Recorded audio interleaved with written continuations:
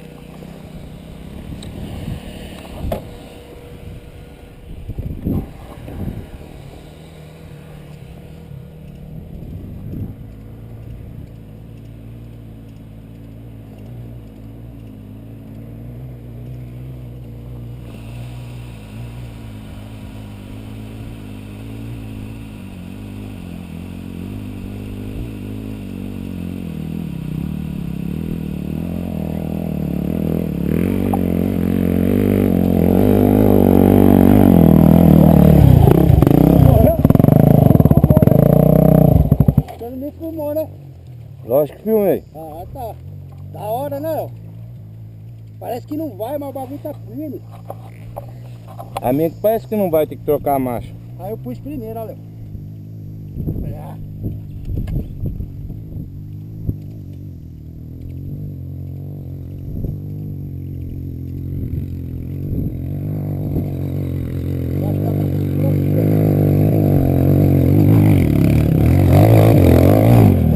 Caraca, arroiou aqui.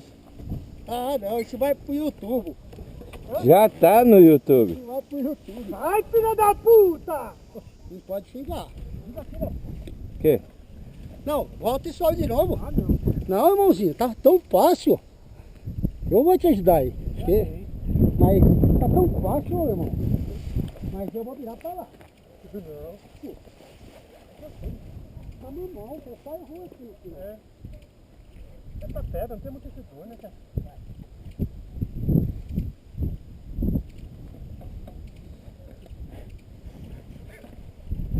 Não, se virar não vou subir, vou dar volta. Vai, pessoal, você virar meu. Eu conheço você, você é piloto de prova. É só você não acertar a pedra, O Botudo. de vale vem duro da mala aí, ó. O de vale vem duro da mala. Viu? É só você não acertar a pedra. Ó, você subir bonitinho, aí eu edito e tiro essa queda sua. Vai pro YouTube. Senão vai com a queda. Mas eu gosto. A gente fazer trilha fácil porque o pessoal não liga. O povo quer acesso bom. Não tem razão, ó. Visual é muito louco. O visual aqui é chapado. Ó, imagina o cara que é dono daquele pico lá em cima. Né? Porque Deus não é mais dono de tudo isso aqui não, né? Agora tudo tem dono. É meu. Deus não é dono não.